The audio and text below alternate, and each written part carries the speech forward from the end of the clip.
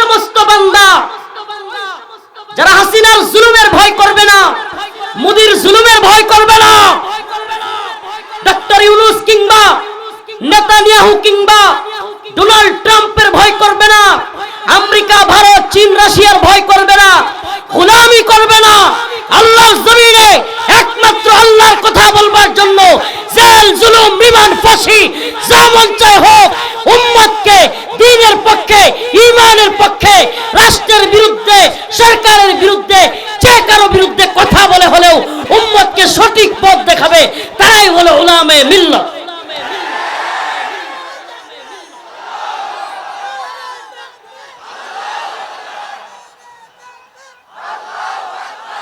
তাইলে আপনাদের সামনে আজকে পরিষ্কার করে দিয়ে গেলাম, আজকে থেকে আর অমুক হুজুরে কয়, তমুক হুজুরে কয়, এগুলো বুঝবেন না। মূল নীতি দিয়ে গেলাম, মূল নীতি আলেমদের তিনটা শ্রেণী ভাগ করে স্পষ্ট করে দিয়ে গেলাম।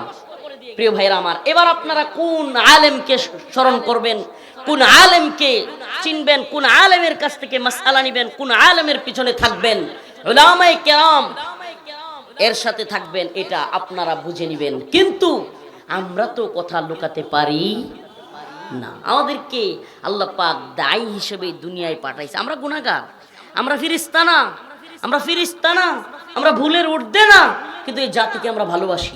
এই জন্য ওই যে ওখানে যখন অনেকে চিৎকার করে দিছিল, তখন মাহফিলের সবাই, আমি যদি ক্যামেরা সরাই দিতাম খুশি হয়ে যেত, কিন্তু আমি সেটা পারি নাই। কেন পারি নাই? কারণ এই দিন উম্মার বিরুদ্ধে যে ষড়যন্ত্র চলছে, এই দিন উম্মার বিরুদ্ধে যে ভয়াবহ ষড়যন্ত্র চলছে, আমি তো স্পষ্ট বলি, আমরা আওয়ামী লীগের বিরোধিতা করেছি, শেখ হাসিনার বিরোধিতা করেছি। কেন? শেখ হাসিনা এবং আওয়ামী লীগ ভারতের গোলামি করেছে, এদেশের ইসলামপন্থীদের বিরুদ্ধে দাঁড়িয়েছে, এদেশের আলেমদেরকে জেলে নিয়েছে, রিমান্ডে নির্যাতন করেছে, এদেশের আলেমদেরকে হত্যা করেছে, অজস্র ছোট ছোট বাচ্চাকে গুলি করে হত্যা করেছে, ছাত্রদের উপর গুলি চালিয়েছে, নির্মমভাবে নিপীড়ন চালিয়েছে, আয়নাগর, গুম, খুন, সমস্ত কিছু করেছে। একই কাজ যদি অন্য কোন সরকার করে, তাইলে কি আমরা চুপ থাকবো? আওয়ামী লীগের হাসিনা ভারতের গোলামি করছে, এখন ডক্টর মোহাম্মদ ইউনূস যদি আমেরিকার গোলামি করে, আমরা কি চুপ থাকবো? বলেন চুপ থাকবো? মুসলমান ইমানদার, কথা আমার ওই জায়গায়, প্রশ্ন আমার ওই জায়গায় আপনাদের কাছে, যে আমাদেরকে এক কেন্দ্রিক হলে চলবে না, আমাদেরকে দলান্ধ হলে চলবে না, আমাদেরকে ব্যক্তির প্রতি অন্ধ ভক্তি হয়ে গেলে চলবে না। আমাদের মূল জায়গায় ঠিক থাকতে হবে কি? যে যদি কেউ আল্লাহর বিরুদ্ধে যায়, যদি কেউ ইসলামের বিরুদ্ধে যায়, যদি কেউ আমার রসুলের বিরুদ্ধে যায়, যদি কেউ আমার দ্বীনের কোরআনের বিরুদ্ধে যায়, আমার দলের হোক আর বাহিরের দলের হোক, অমুক দেশের হোক আর তমুক দেশের হোক, প্রধানমন্ত্রী হোক আর যেই হোক, আমি তার বিরুদ্ধে দাঁড়ায়া যাব, আমি তার বিরুদ্ধে দাঁড়ায়া যাব। এটাই দ্বীনের দাবি, এটাই উম্মতের দাবি, এটাই শরিয়ার দাবি, এটা কোরআনের দাবি। প্রিয় ভাইরা আমার, বন্ধুগণ আমার, এই জন্য বলি, যারা কিনা আজকে আমাদের মা বোনদেরকে রাস্তায় বের করে বেপরদা, বেহায়াপনা, অশ্লীলতায় ছেড়ে দিয়ে আমাদের মা বোনদেরকে অশ্লীলতার দিকে ডাকতে চায়, যারা কিনা এই দ্বীনের মধ্যে নতুন কিছু ঢুকাইতে চায়, যারা কিনা আল্লাহর রসুলের ইসলাম বাদ দিয়া বাইজিদ খান পন্নীর ধর্মের দিকে ডাকতে চায়, আমরা তাদেরকে বাংলাদেশে বয়কট করলাম। এই হিজবুত তাওহীদকে যেখানে পাওয়া যাবে প্রতিহত করতে হবে। রাজি আছেন ইনশাআল্লাহ? তফসিল ঘোষণা হয়ে গেছে, নির্বাচনী আমেজ চলবে বাংলাদেশে।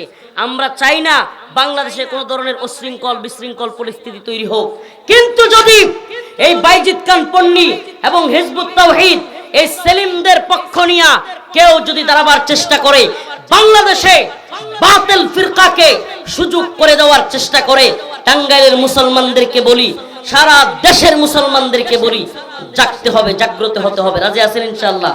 তোমরা প্ল্যান করতে থাকো, পরিকল্পনা করতে থাকো, ষড়যন্ত্র করতে থাকো, কিন্তু আল্লাহ হলেন উত্তম পরিকল্পনাকারী। এজন্য বলি, ও টাঙ্গাইলের মুসলমান, প্রিয় ভাই, প্রিয় বাবা, আমাকে, আপনাকে, সবাইকে দিন শেষে কার কাছে ফিরে যেতে হবে? আরো জোরে আওয়াজ করে বলেন, কার কাছে ফিরে যেতে হবে? এই গতানুগতিক চিন্তাটা না করে একটু গভীর থেকে একটু চিন্তা করেন, ফিল করেন যে আমি আজকে রাত্রে চলে যাব, আমার কি সামিয়ানা তৈরি আছে, সামানা কতটুকু তৈরি করছি, কতটুকু আমল করেছি, আজকেই ফজরের নামাজ পড়েছি কিনা, আল্লাহর কাছে কি জবাব দিব যদি চলে যায়। টাঙ্গাইল শহরে বড় বাড়ি করবার পরিকল্পনা, টাঙ্গাইলের বিভিন্ন জায়গায় জায়গা রাখার পরিকল্পনা, বিভিন্ন ব্যবসা প্রতিষ্ঠান করার পরিকল্পনা আমি করতেছি। কিন্তু আমি কি জানি আমি কতদিন এই পৃথিবীতে থাকবো? কিছুই জানি না। গুনাহ করেই চলছি, হতাশার এক জিন্দেগি। বড় নেতা, বড় দলের আমির, বড় দলের শায়েখ, বিশাল অমুক তমুক, কিন্তু খবর নিয়ে দেখেন অন্তরের মধ্যে প্রশান্তি নাই। অন্তরের মধ্যে কি নাই? প্রশান্তি নাই, শান্তি নাই। কলবে সালিম, অন্তরের মধ্যে যে অন্তর কলব যে একেবারে স্থিতিশীল হবে কিংবা আল্লাহর দিকে মুতমাইন হবে, একমাত্র আল্লাহর দিকেই ফিরে যাবে, এমন কলবের যেই মজা, এই মজা এই দুনিয়াবি আইসিয়তের নেতা নেত্রী, দলের আমির, দলের শায়েখ বড় কিছু হইতে পারে, টাকা পয়সা বাড়িওয়ালা গাড়িওয়ালা হইতে পারে, কিন্তু ওই কলবের ওই অন্তরের প্রশান্তি সে জীবনেও পাবে না। আমাদের এই দুনিয়ায় আসছি, আল্লাহ বলছে ওয়ালা নাবলুওয়ান্নাকুম বিশাইইম মিনাল খাউফ ওয়াল জু' ওয়া নাকসিম মিনাল আমওয়াল ওয়াল আনফুসি ওয়াস সামারাত। আল্লাহ বলছে অবশ্যই তোমাদেরকে পরীক্ষা করা হবে। এই দুনিয়ায় নেতৃত্ব একটা পরীক্ষা, এই দুনিয়ায় যশ খ্যাতি একটা পরীক্ষা, এই দুনিয়ায় টাকা পয়সা একটা পরীক্ষা, এই দুনিয়ার সন্তান সন্ততি একটা পরীক্ষা। সর্ব হালতে আমরা প্রত্যেকেই পরীক্ষার মধ্যে আছি। কিসের মধ্যে আছি? পরীক্ষার মধ্যে আছি। যে টাকাওয়ালা সে যদি মনে করে আমার অনেক টাকা অনেক পয়সা খুব শান্তিতে, না, এই টাকা পয়সা তার জন্য একটা পরীক্ষা। যার সন্তান বেশি তার জন্য এটা পরীক্ষা, যার যশ খ্যাতি বেশি তার জন্য এটা পরীক্ষা। ওয়ালা তুসআলুন্না ইয়াওমা ইযিন আনিন নাঈম, প্রত্যেক নিয়ামত প্রাপ্তকে তার নিয়ামতের ব্যাপারে জিজ্ঞাসা করা হবে। এই কথাগুলো এখন পর্যন্ত কেন বললাম? আজকে আমাদের জায়গা থেকে যদি আমরা ছাড় দেই, আমাদের জায়গা থেকে যদি আমরা নরমালাইজ করতে থাকি, আল্লাহ না করুক এই তথাকথিত গণতান্ত্রিক রাজনীতির নামে মাহফিলগুলো রাজনৈতিক সমাবেশ হবে, মসজিদগুলো রাজনৈতিক সভা সমাবেশ হবে। বর্তমানে এমন অবস্থা শুরু হয়েছে, আল্লাহ মাফ করুক, মসজিদের ভিতরে ছবি লাগাইয়া ব্যানার লাগাইয়া বিভিন্ন দলের দোয়া মাহফিল অমুক তমুক এগুলো করে। তো আমাদের জায়গা থেকে আমরা যদি চুপ থাকি, আল্লাহর কাছে আমাদের জবাব দিতে হবে না? বলেন, জবাব দিতে হবে কি হবে না? এই চিন্তা করে অনেকে মনে করে হুজুর এইভাবে বলে ফেলে, হুজুর এইভাবে বলে ফেলে। দেখেন, আমরা কল্যাণকামী, আড়ালে ষড়যন্ত্র করি না, আড়ালে কটু কথা বলি না, আড়ালে কাউকে নিয়ে গোপন কোনো প্ল্যানিং করি না। আমরা কল্যাণকামী, হিতাকাঙ্ক্ষী, এই উম্মাহকে ভালোবাসি। এই উম্মার যে কেউ হোক তাকে এই জন্য প্রকাশ্যে কথা বলে দিই, প্রকাশ্যে বুঝাইয়ে দেওয়ার চেষ্টা করি যে এইভাবে না করে ওইভাবে করেন, এটা আপনার জন্য ফায়দা। এটা আমরা করার চেষ্টা করি। কেন? আবারও বলছি মুসলিম উম্মাহ, আপনাদের টাঙ্গাইল, শেরপুর আরো কয়েকটা অঞ্চলে আমার গিয়ে একটা হালত যেটা দেখছি, আপনাদের এই অঞ্চলগুলোতে অতিরিক্ত তেলবাজি, এগুলো আমার এত কষ্ট লাগে। দুনিয়াতে সামসামির চাইতে কষ্ট আমার আর কিছু নেই। আমার এই ছাতনিগুলোতে এমন গায়ে দিতে থাকে। এগুলা করবেন না। আমাদের এই কাজগুলো থেকে আমাদেরকে বিরত থাকতে হবে। আল্লাহর কাছে ফিরে যাব। এই দুনিয়ায় যেই দলই ক্ষমতা থাকুক আর যেই দলই যাক, দিন শেষে ক্ষমতা চিরস্থায়ী না, 4 দিন পরে ফুটুস। কিন্তু আমি ইমানদার, আমার রবের সামনে আমাকে দাঁড়াইতে হবে, এটা চিরন্তন সত্য, এটা কোনোদিন মিথ্যা হবে না। ঠিক কি ঠিক না? আমি ইমানদার, আমি আল্লাহর গোলাম, আল্লাহর বান্দা। আমার আল্লাহ পরীক্ষা করবেন। আল্লাহ বলে দিবেন, ওয়ালা নাবলুওয়ান্নাকুম, প্রত্যেকটা বিষয় তোমার জন্য পরীক্ষা। আজকের আমাদের এই অবস্থান, আজকে আমাকে হাজার হাজার মানুষ সুবহানাল্লাহ আমাদেরকে শুনতে আসে, আমাদেরকে দেখতে আসে, এটা আমাদের জন্য একটা পরীক্ষা। পরীক্ষা। আজকে যদি আমি আপনাদের সামনে মূল মেসেজটা না দেই, আজকে যদি আমি আপনাদের সামনে ইসলামের মৌলিক কথাগুলো, কোরআনের মৌলিক কথাগুলো তুলে না ধরি, আল্লাহ তাআলা বলেন ইন্নাল্লাযীনা ইয়াকতুমুনা মা আনজালাল্লাহু মিনাল কিতাব ওয়া ইয়াশতারুনা বিহি সামানান কলিলা উলাইকা ইয়ালআনুহুমুল্লাহ ওয়া ইয়ালআনুহুমুল লাঈনুন, যে যারা অল্প মূল্যে আল্লাহর কোরআনকে গোপন করলো, অল্প সামানান কলিলা, অল্প মূল্যে, অল্প মূল্যে মানে কোরআনকে যত মূল্যেই বিক্রি করুক এটা অল্প। আপনারা যে খালি কন অমুক হুজুরেও কয় হক, অমুক হুজুরেও কয় হক, সব হুজুরে কয় হক্কানি। মূলত হক কোনটা, মূলত সত্য কোনটা? কন্যা কন্যা কথা বলেন না, বলেন কি বলেন না? এই হুজুরও হক, ওই হুজুরও হক, সবই তো বলেন। মূলত হক কোনটা? আমি আপনাদেরকে বলি, হক আপনি চিনতে পারবেন। স্বর্ণ যেমন কষ্টি পাথর হলেই চেনা যায়, আলেমদের প্রকার বেদ বুঝলেও আপনি বুঝতে পারবেন কে হক কে বাতিল। প্রিয় ভাইরা আমার, বন্ধুগণ আমার, এই জন্য আজকে আলেমদের প্রকার একটু বলেই নেই। 3 প্রকার আলেম। কয় প্রকার? উলামায়ে দাওলা, উলামায়ে উম্মাহ, উলামায়ে মিল্লাত। উলামায়ে দাওলা কারা? রাষ্ট্রের আলেম। কিসের আলেম? রাষ্ট্রের আলেম। Present government party. এটা আবার কি? যেই সরকার যখন ক্ষমতায় ওইগুলোরই সামসামি করবে। কি প্রেজেন্ট গভর্নমেন্ট পার্টি মানে যেই সরকার, আপনারা দেখেন না, আস্তাগফিরুল্লাহ, আমি নাম বলবো না, সাবধান, আপনারাও নাম বলিয়েন না। নাম বললে স্যার কি থাকবে না, নাম বলার দরকার নেই। এমন অনেক হুজুর এদেশে ছিল, আছে, যারা আওয়ামী লীগের সময়ও বিশাল সম্মানের সাথে ছিল, এখনো আছে। সামনে যদি অন্য দলও আসে তাইলেও সে থাকবেই। সে হলো প্রেজেন্ট গভর্নমেন্ট পার্টি। তারা কি? প্রেজেন্ট গভর্নমেন্ট পার্টি মানে অল টাইম সরকারি দল। এদের নাম হলো উলামায়ে দাওলা। উলামায়ে দাওলা রাষ্ট্রের আলেম। এদের নিজস্ব কোনো ধর্ম নাই, এদের নিজস্ব কোনো দিন, শরিয়া, আকীদা নাই। সরকারের যে ধর্ম তাদেরও সেই ধর্ম, সরকারের যে আমল তাদেরও সেই আমল, সরকার যেই পথে সেও সেই পথে, সরকার যে ফতোয়া চায় সে সেই ফতোয়া দেয়। বুঝতে পারছি?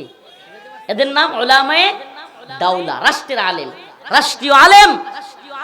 এদের কোনো নিজস্ব ধর্ম নাই, এদের দিন শরিয়া নেই। এরা দিন শরিয়া টাকা, যশ খ্যাতি কিংবা পেট আর পকেটের কাছে বিক্রি হয়ে গেছে। নাম্বার 2 উলামায়ে উম্মাহ। নাম্বার 2 হলো, শুনতে একটু ভালো লাগে কিন্তু এই শ্রেণী আবার আরেক তেলবাস। এরা কি? এই শ্রেণী হলো যেই এলাকায় যেই তরিকার মানুষ বেশি, ওই এলাকায় গিয়া ওই তরিকায় কথা বলে।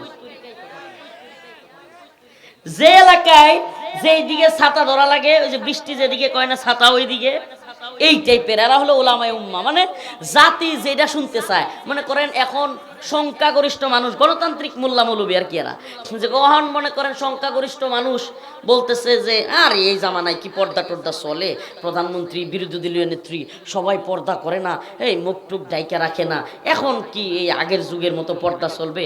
এখন এরা নতুন নতুন ফতোয়া ডেলিভারি দিবে। উলামায়ে উম্মাহ এরা হলো ওই সমস্ত লোক যারা কিনা আল্লাহর মূল শরিয়াকে, আল্লাহর কোরআনকে, আল্লাহর দ্বীনের বিধানকে কাটছাঁট করে মানুষের সামনে প্রেজেন্ট করে, যাতে মানুষ তার প্রতি খুশি হয়। যেখানে যেই সমস্ত লোক মানুষ বেশি থাকে, যেই দলের যেই পথের লোক বেশি থাকে, সেখানে ওই লোকগুলোরে খুশি করবার জন্য কথা বলে। নাম্বার 3, এই শ্রেণীটাকে চিনে রাখতে হবে, উলামায়ে মিল্লাত। আল্লাহর ওই সমস্ত বান্দা যারা হাসিনার জুলুমের ভয় করবে না, মোদির জুলুমের ভয় করবে না, ডক্টর ইউনূস কিংবা নেতানিয়াহু কিংবা ডোনাল্ড ট্রাম্পের ভয় করবে না, আমেরিকা, ভারত, চীন, রাশিয়ার ভয় করবে না, গোলামি করবে না।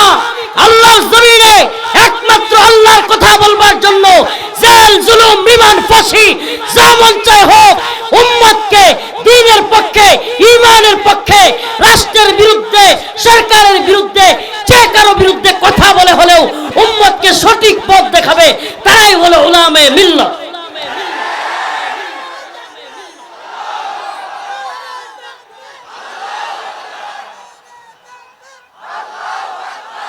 তাইলে আপনাদের সামনে আজকে পরিষ্কার করে দিয়ে গেলাম, আজকে থেকে আর অমুক হুজুরে কয়, তমুক হুজুরে কয়, এগুলো বুঝবেন না। মূল নীতি দিয়ে গেলাম, মূল নীতি। আলেমদের 3টা শ্রেণী ভাগ করে স্পষ্ট করে দিয়ে গেলাম। প্রিয় ভাইরা আমার, এবার আপনারা কোন আলেমকে স্মরণ করবেন, কোন আলেমকে চিনবেন, কোন আলেমের কাছ থেকে মাসআলা নেবেন, কোন আলেমের পিছনে থাকবেন, উলামায়ে কেরাম এর সাথে থাকবেন, এটা আপনারা বুঝে নেবেন। কিন্তু আমরা তো কথা লুকাতে পারি না। আমাদেরকে আল্লাহ পাক দায়ী হিসেবে দুনিয়ায় পাঠাইছে। আমরা গুনাহগার, আমরা ফেরেশতা না। আমরা ফিরিস্তা না, আমরা ভুলের ঊর্ধ্বে না, কিন্তু এই জাতিকে আমরা ভালোবাসি। এই জন্য ওই যে ওখানে যখন অনেকে চিৎকার করে দিছিল, তখন মাহফিলের সবাই, আমি যদি ক্যামেরা সরাই দিতাম খুশি হয়ে যেত, কিন্তু আমি সেটা পারি নাই। কেন পারি নাই? কারণ এই দিন উম্মার বিরুদ্ধে যে ষড়যন্ত্র চলছে, এই দিন উম্মার বিরুদ্ধে যে ভয়াবহ ষড়যন্ত্র চলছে, আমি তো স্পষ্ট বলি, আমরা আওয়ামী লীগের বিরোধিতা করেছি, শেখ হাসিনার বিরোধিতা করেছি। কেন? শেখ হাসিনা এবং আওয়ামী লীগ ভারতের গোলামি করেছে, এদেশের ইসলামপন্থীদের বিরুদ্ধে দাঁড়িয়েছে, এদেশের আলেমদেরকে জেলে নিয়েছে, রিমান্ডে নির্যাতন করেছে, এদেশের আলেমদেরকে হত্যা করেছে, অজস্র ছোট ছোট বাচ্চাকে গুলি করে হত্যা করেছে, ছাত্রদের উপর গুলি চালিয়েছে, নির্মমভাবে নিপীড়ন চালিয়েছে, আয়নাগর, গুম, খুন, সমস্ত কিছু করেছে। একই কাজ যদি অন্য কোন সরকার করে, তাইলে কি আমরা চুপ থাকবো? আওয়ামী লীগের হাসিনা ভারতের গোলামি করছে, এখন ডক্টর মোহাম্মদ ইউনূস যদি আমেরিকার গোলামি করে, আমরা কি চুপ থাকবো? বলেন চুপ থাকবো? মুসলমান ইমানদার, কথা আমার ওই জায়গায়, প্রশ্ন আমার ওই জায়গায় আপনাদের কাছে, যে আমাদেরকে এক কেন্দ্রিক হলে চলবে না, আমাদেরকে দলান্ধ হলে চলবে না, আমাদেরকে ব্যক্তির প্রতি অন্ধ ভক্তি হয়ে গেলে চলবে না, আমাদের মূল জায়গায় ঠিক থাকতে হবে। কি? যে যদি কেউ আল্লাহর বিরুদ্ধে যায়, যদি কেউ ইসলামের বিরুদ্ধে যায়, যদি কেউ আমার রসুলের বিরুদ্ধে যায়, যদি কেউ আমার দ্বীনের কোরআনের বিরুদ্ধে যায়, আমার দলের হোক আর বাহিরের দলের হোক, অমুক দেশের হোক আর তমুক দেশের হোক, প্রধানমন্ত্রী হোক আর যেই হোক, আমি তার বিরুদ্ধে দাঁড়ায়া যাব, আমি তার বিরুদ্ধে দাঁড়ায়া যাব। এটাই দ্বীনের দাবি, এটাই উম্মতের দাবি, এটাই শরিয়ার দাবি, এটা কোরআনের দাবি। প্রিয় ভাইরা আমার, বন্ধুগণ আমার, এই জন্য বলি, যারা কিনা আজকে আমাদের মা বোনদেরকে রাস্তায় বের করে বেপরদা, বেহায়াপনা, অশ্লীলতায় ছেড়ে দিয়ে আমাদের মা বোনদেরকে অশ্লীলতার দিকে ডাকতে চায়, যারা কিনা এই দ্বীনের মধ্যে নতুন কিছু ঢুকাইতে চায়, যারা কিনা আল্লাহর রসুলের ইসলাম বাদ দিয়া বাইজিদ খান পন্নীর ধর্মের দিকে ডাকতে চায়, আমরা তাদেরকে বাংলাদেশে বয়কট করলাম। এই হিজবুত তাওহীদকে যেখানে পাওয়া যাবে প্রতিহত করতে হবে। রাজি আছেন ইনশাআল্লাহ? তফসিল ঘোষণা হয়ে গেছে, নির্বাচনী আমেজ চলবে বাংলাদেশে। আমরা চাই না বাংলাদেশে কোনো ধরনের অশৃঙ্খল বিশৃঙ্খল পরিস্থিতি তৈরি হোক, কিন্তু যদি এই বাইজিদ খান পন্নী এবং হিজবুত তাওহীদ, এই সেলিমদের পক্ষ নিয়ে কেউ যদি দাঁড়াবার চেষ্টা করে, বাংলাদেশে বাতিল ফিরকাকে সুযোগ করে দেওয়ার চেষ্টা করে, টাঙ্গাইলের মুসলমানদেরকে বলি, সারা দেশের মুসলমানদেরকে বলি, জাগতে হবে, জাগ্রত হতে হবে। রাজি আছেন ইনশাআল্লাহ? ইসলামকে কেউ ধ্বংস করতে পারবে? ইসলামকে কেউ ধ্বংস করতে পারবে? সুবহানাল্লাহি ওয়া বিহামদিহি। ইসলাম এ মাটির পরতে পরতে, জনপদে ঘরে ঘরে, ইসলাম এ মাটির 90% মানুষের অন্তরে। ঠিক ঠিক না? ইসলাম এ মাটির পরতে পরতে, জনপদে ঘরে ঘরে, ইসলাম এ মাটির 90% মানুষের অন্তরে। ইসলাম নিয়ে কেউ চিনিমিনি খেলে এমন শক্তি নেই, আর কিছু থাক না থাক এদেশে ইসলাম থাকবেই। সবকিছু বদলে যাক, এদেশে ইসলাম থাকবেই। সুবহানাল্লাহ। দেখেন আমাদের এই সমাজের মানুষ, সুবহানাল্লাহ, একটা জিনিস খুবই ভালো লাগে, যে যেই পথের হোক, যেই মতের হোক, দিন শেষে আল্লাহ এবং তার রাসূলকে নিয়ে কিছু বললে কেউ সহ্য করে না। এই ঈমান চেতনাটা আমাদের দরকার, ঈমান চেতনা বুটটা আমাদের জাগ্রত করা দরকার, যে আমার দল বড় না, আমার নেতা বড় না, আমার নেত্রী বড় না, সবচাইতে বড় হলো আমার আল্লাহ। সবচাইতে বড় কে? যেই ব্যক্তি এক আল্লাহর গোলামি করবে, হ্যাঁ আমি নেতার পক্ষে, হ্যাঁ আমি আমার পীরের পক্ষে, হ্যাঁ আমি আমার শায়েখের পক্ষে, কিন্তু তারা কেউ যদি আল্লামা হোক, বড় দলের লিডার হোক, আমির হোক, পীর হোক, যেই হোক, যদি আমার আল্লাহর বিরুদ্ধে যায়, আমার ইসলামের বিরুদ্ধে যায়, আমার কোনো কিছুর পরোয়া নেই, আমি তার বিরুদ্ধে দাঁড়িয়ে যাব। এটা মুসলমান, এটা লা ইলাহা ইল্লাল্লাহ, এটা কালেমার দাবি, এটা কালেমার দাবি। প্রিয় ভাইরা আমার, এই জন্য বলছি পরীক্ষা আসবে, যুগে যুগে, সময়ে সময়ে পরীক্ষা এসেছে, এখনো আসতেছে। আমরা যে প্রায় 3টা বছর জালিমের জিন্দান খানায় ছিলাম, এটা একটা পরীক্ষা ছিল। যেমনি ভাবে 26 দিন রিমান্ডে ছিলাম, একটা পরীক্ষা ছিল। বেঁচে ফিরবো কিনা জেলখানা থেকে, এটাই জানতাম না। অনেকে দুষ্টামি করতো, হুজুর হাসিনা পয়সা থাকতে আর বাইরে হওয়া লাগবে না। কারাগারে অনেকেই দুষ্টামি করতো, হুজুর হাসিনা পয়সা থাকতে আর বের হওয়া লাগবে না। আওয়ামী লীগপন্থী অনেকগুলো জেলে ছিল না, বিভিন্ন আকাম কুকাম করে জেলে গেছে, এগুলা মজা করতো আমাদেরকে নিয়ে। আমি বলতাম যে শোনো, তোমরাও এই দুনিয়ায় থাকবা, আমরাও থাকবো ইনশাআল্লাহ। তারা বলতো হাসিনা বাইসা থাকতে নাকি আওয়ামী লীগ যাবে না। হাসিনা গেছে না, হাসিনার বাপ দাদা 14 গোষ্ঠী সহ গেছে। কথা কই না কেন? কথা বলেন। শেখের বেটি পালাই না, আরেকজন আছিল না কাকু, পালাবো না, বাপ দাদা 14 গোষ্ঠী সহ পালাইছে। মধুময় যুদ্ধ পালাইছে কিনা? যত জুলুম, অত্যাচার, নির্যাতন, বেপরুয়া, দাম্ভিকতা, অহংকার, অমুক পরিবারের তমুক পরিবারের বেটি পালাই না। আল্লাহ কয় তুই কি আল্লাহর কাছে কিছুই না। কারণ এই যে মানুষ, এই যে এখানে যত মানুষ আছি, নেতা হই, বক্তা হই, আমরা যাই হই, যে যে কেটাই হয়ে যায়, বলেন না একদিন যদি ঠিক মতো পাতলা পায়খানা হয় বিছনাতে উঠতে পারবো? কি ক্ষমতা রে ভাই, কি ক্ষমতা! একদিন ঠিক মতো ঝামেলা হয়ে গেলে বিছানা থেকে ওঠার কোনো ভাব থাকবে? তাহলে কিসের ক্ষমতা, কিসের ক্ষমতা?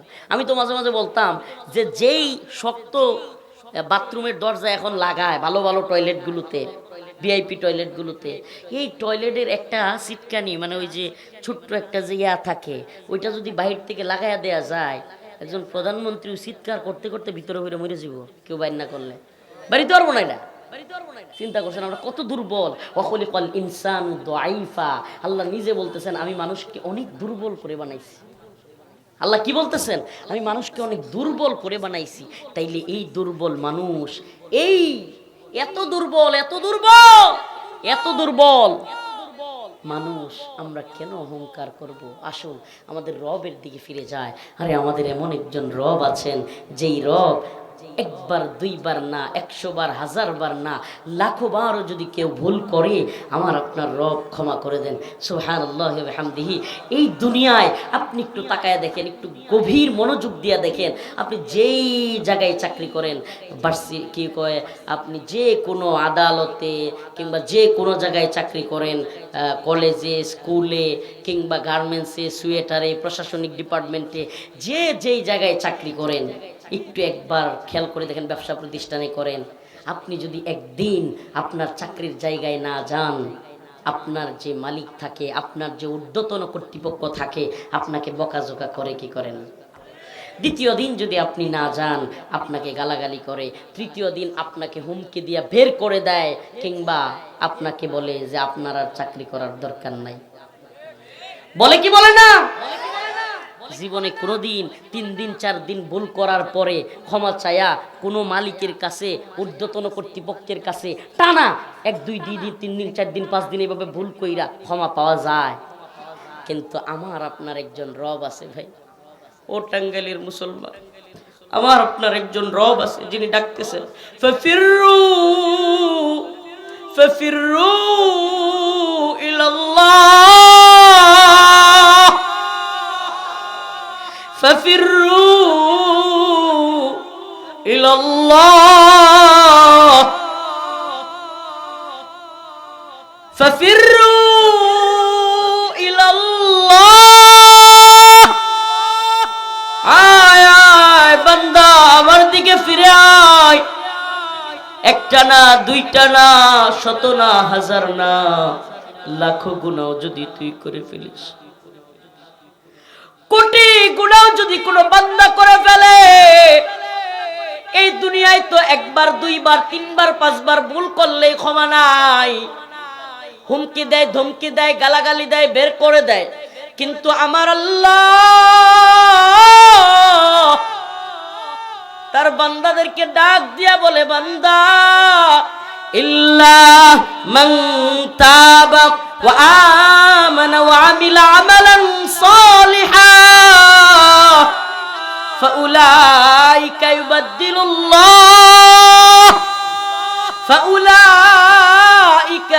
ইউবাদদিলুল্লাহ সাইয়্যাতিহিম হাসানাত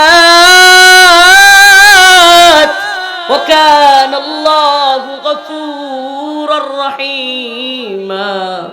আমার আল্লাহ ডাক দিয়া বলে, বান্দা যদি প্রকৃত পক্ষে অন্তর থেকে তোর গুনাহের কারণে অনুশোচনা নিয়ে একবার ডাক দিস, আল্লাহ আমাকে মাফ করে দেন, আমার আল্লাহ বলে ফাউলাইকা ইউবাদদিলুল্লাহু সাইয়্যাতিহিম হাসানাত।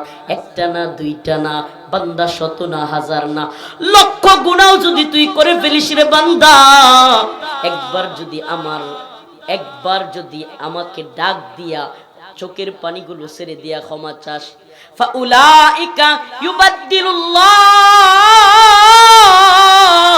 আল্লাহ বলে আমি তোর কোটি গুনাহকে 1 কোটি নেকি দ্বারা সাইয়্যাতিহিম হাসানাত, তোর খারাপ কাজগুলোকে নেক কাজ দ্বারা পরিবর্তন করে তোরে ক্ষমা করে দিয়া জান্নাত দিয়ে দিব। চিন্তা করেন, একবার চিন্তা করেন মুসলমান, একটা দুইটা না, 100 হাজার না, লাখো কোটি গুনাহ যদি কোনো ব্যক্তি করে ফেলে, লা তাহজান, আল্লাহ বলেন লা তাহজান ইন্নাল্লাহা মা'ানা, হতাশ হবা না, হতাশ হবা না। আমরা অনেকেই আছি, আল্লাহ মাফ করো, কোনোদিন যদি গুনাহ হয়ে যায় ওই দিন নামাজ পড়তে চাই না, অনেকেই এমন আছে ওই দিন সারাদিন আরো গুনাহ করতে চায় না। একজন সালাফ বলেছেন, যেই ব্যক্তি গুনাহ করার সাথে সাথে একটু পরেই আস্তাগফিরুল্লাহ, আল্লাহ ভুল হয়ে গেছে মাফ করে দেন, আল্লাহ পাক ওই বান্দা যে ইস্তিগফার পড়ে, আল্লাহ যেন তারে সুযোগ দিয়েছে ইস্তিগফার পড়ার, কারণ আল্লাহ তারে মাফ করতে চায়। সুবহানাল্লাহ বলবেন না? মানে আল্লাহ এই ইস্তিগফার বলার, ক্ষমা চাওয়ার সুযোগ দিয়েছে কেন? কারণ আল্লাহ তারে মাফ করতে। তাইলে গুনাহ হয়ে গেলে আমরা মাফ চাইবো কি চাইবো না? নাকি চিন্তা করবো যেহেতু খারাপ হয়ে গেছি আর ভালো হওয়ার দরকারটা কি? এমন অসংখ্য মানুষ আছে চিন্তা করে, আরে আমি যেই কাজ করছি এখন আর মসজিদে গেলে মানুষ টিটকারি মারবে, নাউজুবিল্লাহ, এই দুনিয়ার মানুষ কি বললো না বললো আমার কি যায় আসে, এই দুনিয়ার মানুষ আমাকে জান্নাতেও নিতে পারবে না, এই দুনিয়ার মানুষ আমাকে জাহান্নামে নিতে পারবে না, যিনি নিতে পারবে আমি তাকেই খুশি করব। ওয়ালা ইয়াখাফুনা লাওমাতা লাইম, দুনিয়ার নিন্দুকদের নিন্দা আমার কি যায় আসে? আমাদের সমাজে কিছু লোক আছে, আল্লাহ এদেরকে ক্ষমা করুক।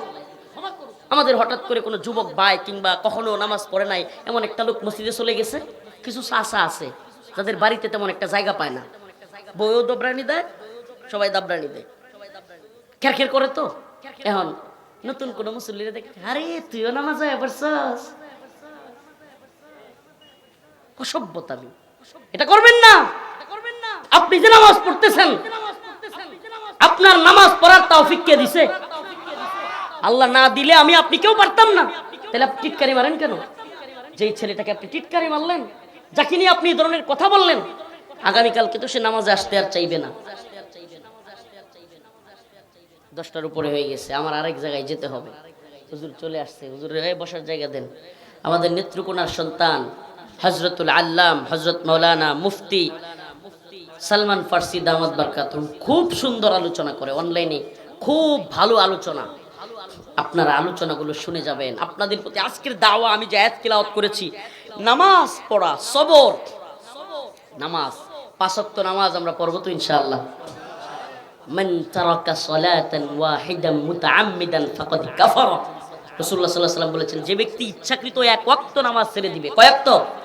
1 ওয়াক্ত নামাজ যে ইচ্ছাকৃত ছেড়ে দিবে, আল্লাহ রাসূল হাদিসে বলছেন, সে ফাকাদ কাফারা, সে কুফরি করলো। উঠবেন না প্রিয় ভাইরা, হুজুরের পরে আর আলোচক নাই, আমাকে কথা দিতে হবে, নাইলে আমি যাবো না। গেট টেট লাগাই দেন তো, সব গেট আছে, হুজুরের আলোচনা শুনে যাবেন। আমি কথা দিলাম, হুজুর অত্যন্ত চমৎকার আলোচনা করে, শুনে যাবেন, নাইলে মিস করবেন। আল্লাহ তাআলা আমাদের সবাইকে নামাজ পড়ার তৌফিক দান করুন। এই কথা দেন, সকলেই কথা দেন, একটু আমার সাথে হাত তোলেন, লিল্লাহি তাকবীর বলেন। আয় আল্লাহ, আজকে থেকে নামাজ ছাড়বো না, আজকে থেকে তাওবা করলাম, আর নাফরমানি করব না। আল্লাহ কবুল করুন। ওয়া আখিরু দাওয়ানা আলহামদুলিল্লাহি রাব্বিল আলামিন। প্লিজ, আমি কাউকে কখনো এইভাবে বলি না। আমার দেশে মানুষ হুজুরের আলোচনা না শুনে হুজুরের